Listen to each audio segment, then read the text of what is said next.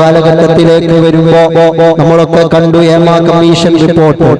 എല്ലാ ആളുകളും ചോദിച്ചിരുന്നു, ഈ കേരളത്തിൽ പോലും ജനറൽ ന്യൂട്രാലജി എന്ന് പറഞ്ഞിട്ട് എല്ലാവരും ഒരുപോലെ ലിംഗസമത്വം എല്ലാം കൊണ്ടുവരാൻ ഒരുപാട് ആളുകൾ വലിയ വിവാദങ്ങൾ പൊട്ടിപ്പൊറിയിച്ചിരുന്നു. പരിശുദ്ധമായ ദീനിൽ വിശ്വസിക്കുന്ന പണ്ഡിത പുരോഹിതന്മാർ അതിനെ എതിർത്തപ്പോ ആ പുരാതന ദീനിൽ നിന്നും പരിശുദ്ധമായ ഇസ്ലാമിനെ കുറ്റം പറഞ്ഞുകൊണ്ട് നടന്നപ്പോൾ എന്റെ പ്രിയമുള്ള സഹോദരങ്ങളെ ചിന്തിക്കുക, ആ ഇക്വാലിറ്റിക്ക് വേണ്ടി അവിടെ ഇക്വാലിറ്റി പറഞ്ഞുകൊണ്ട് അന്ന് മുദ്രാവാക്യം വിളിച്ചിരുന്ന ആളുകൾ, എരിപിരി കൊണ്ടിരുന്ന ആളുകൾ എവിടെ പോയി എന്നുള്ള ചോദ്യത്തിന് ഒരു മറുപടിയും ഇല്ലാത്തൊരവസ്ഥയാണ്. വിശുദ്ധമായ ഇസ്ലാം പറഞ്ഞിരുന്നു, അതിര് കടന്ന സ്വാതന്ത്ര്യത്തോടെ ഒരു ആണും ഒരു പെണ്ണും അവരന്യരായി തുടരുന്ന ഒരു സ്വാതന്ത്ര്യം അവരിലേക്ക് കടന്നു വരികയാണെങ്കിൽ അവരുടെ ഇടയിൽ പിശാച് അവരെ പ്രിയപ്പിക്കുമെന്ന് പരിശുദ്ധമായ ഇസ്ലാം പറയുമ്പോ അക്ഷരം പ്രതി നമ്മുടെ മുന്നിൽ അതിന് തുറന്നു കാണിച്ചു തരികയാണ്. പല മാന്യന്മാരുടെയും മുഖം മൂടി അയച്ചു വെക്കുന്നൊരവസ്ഥ വരുമ്പോ അവിടത്തേക്ക് കാര്യങ്ങൾ എത്തിച്ചേരുമ്പോ അല്ലാഹുവിന്റെ ദീന് മുൻപും അത് പഠിപ്പിച്ചു തന്നിരുന്നു എന്നുള്ളതാണ്. ഈ ക്വാലിറ്റി വേഷത്തിലായാൽ ശാരീരികമായ ഘടനകൾ, ഹോർമോണുകൾ, അവന്റെ മാനസികാവസ്ഥകൾ അതെങ്ങനെ ഈ ക്വാലിറ്റിയിലേക്ക് കൊണ്ടുവരാൻ കഴിയും? എല്ലാ ആളുകളും ഒരുങ്ങിയിരുന്ന ഒരു കാലത്ത് ആണിന്റെ വേഷം പെണ്ണിന് കൊടുത്തിട്ട് ആണും പെണ്ണും ഒരുപോലെ നടക്കുക ഒരു പ്രശ്നമില്ല എന്ന് പറഞ്ഞുകൊണ്ട് സഹോദരങ്ങളൊന്ന് ചിന്തിക്കുക. ആ ആളുകൾ പെണ്ണിന്റെ വേഷം ആണിന് ഇടാമല്ലോ, പെണ്ണിനെ പോലെ ആണിനും നടക്കാമല്ലോ, അങ്ങനെ ഒരു വാദമാരും ഉന്നയിച്ചിട്ടില്ല. ആണിനെ പോലെ പെണ്ണുമാവണം, ഈ രീതിയായിരുന്നു. എവിടെയും ഇറങ്ങി നടക്കാം, എവിടെയും പോവാം, ഏത് സമയവും യാത്ര ചെയ്യാൻ അവരുടെ അവകാശമാണ്, മൗലിക അവകാശമാണ്. ഞാൻ അതിനെ ലംഘിക്കുവാൻ വേണ്ടി പറയുന്നില്ല. പക്ഷേ ഫിത്നകളിൽ വലിയ കടന്നുകയറ്റങ്ങൾ അതിനിടയിലൂടെ സംഭവിച്ചിരിക്കുന്നു എന്ന് ദീൻ പഠിപ്പിച്ചു തന്ന ആ ഒരു കാര്യം നമ്മളൊക്കെ മനസ്സിലാക്കുക. അള്ളാഹു അതിന് തൗഫീഖ് നൽകി അനുഗ്രഹിക്കുമാറാവട്ടെ. ശുദ്ധമായ ഖുർആനിലൂടെ അള്ളാഹു പറഞ്ഞല്ലോ, സഹോദരങ്ങളെ മനസ്സിലാക്കണം. അല്ലാഹുവിന്റെ ഖുർആൻ പറയുകയാണ്, ലഹറൽ ഫസാദു ഫിൽ ബരി വൽ ബഹരി ബിമാ കസബത് ഐദിൻ നാസ് ലയുസീഖുഹും ബഅദല്ലദീ അമിലൂ ലഅല്ലഹും യർജിഊൻ.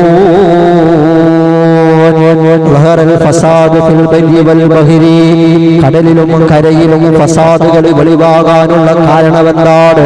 സഹോദരങ്ങളെ, സമാധാനമില്ലാതിരിക്കുന്നതിന്റെ കാരണമെന്താണ്? അതിന്റെ പിന്നിൽ ജനങ്ങളുടെ കരങ്ങൾ തന്നെയാണ്. അതിന്റെ പിന്നിൽ ജനങ്ങൾ തിന്മകൾ കൊണ്ട് അതിലേക്ക് വല്ലാതെ തിന്മകൾ കൊണ്ടെടുക്കുന്നത് കൊണ്ടാണെന്ന് വിശുദ്ധമായ ഖുർആൻ നമ്മോട് വിളിച്ചു പറഞ്ഞു വരുമ്പോൾ സഹോദരങ്ങളെ, നാം ഒന്ന് നമ്മുടെ യുക്തി കൊണ്ട് ചിന്തിച്ചു നോക്കുക, നമ്മുടെ വിദ്യ കൊണ്ട് ചിന്തിച്ചു നോക്കുക. ഒരു വാഹനത്തിലേക്ക് നമ്മൾ കയറുമ്പോൾ ഒരു വിഭാഗം ആളുകൾ പറയുന്നു, കയറല്ലേ, അത് നിങ്ങൾക്ക് യാത്ര ചെയ്യാൻ പറ്റുന്നതല്ല, അത് നിങ്ങൾക്ക് ഓടിച്ചു കൊണ്ടുപോകാൻ കഴിയുന്നതല്ല. ആ വാഹനം നിങ്ങൾ ഓടിച്ചു പോവുകയാണെങ്കിൽ അതിന് ബ്രേക്കില്ല, നിങ്ങൾ അപകടത്തിൽപ്പെടും.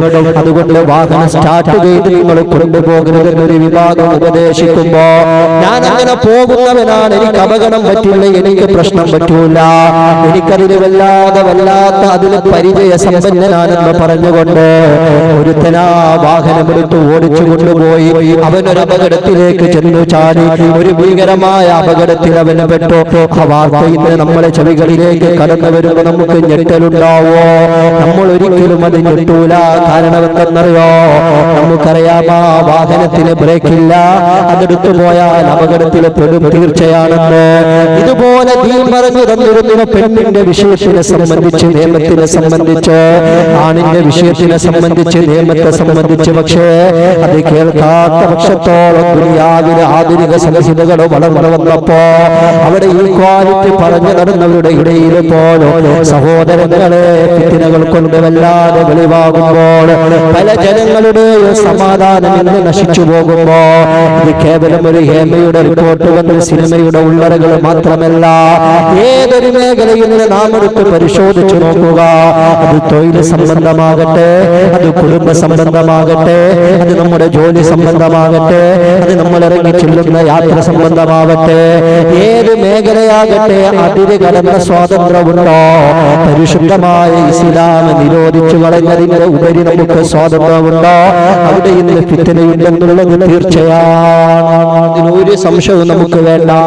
അതാണ് പരിശുദ്ധമായ ഇസ്ലാം പണ്ട് പറഞ്ഞു 1500 വർഷം മുമ്പല്ലേ, അറബികൾ പറഞ്ഞതല്ലേ എന്ന് പറഞ്ഞ് തള്ളുന്ന ആളുകൾക്ക് മുമ്പിൽ നമുക്ക് ഉച്ചത്തിരുന്ന് പറയാൻ കഴിയും. കാലം അത് തെളിയിച്ചിരിക്കുകയാണ്. ഇന്നും അതാണ് പ്രകൃതി മതം എന്ന് പറയുന്ന. ഓരോ കാലത്തേക്ക് വരുമ്പോഴും അതിന്റെ പ്രകൃതിയോട് ഇണങ്ങുന്ന നിയമങ്ങളും മാത്രം പാസാക്കിയ മതമാണ് വിശുദ്ധമായ ഇസ്ലാം എന്നുള്ളത് നാം മനസ്സിലാക്കുക.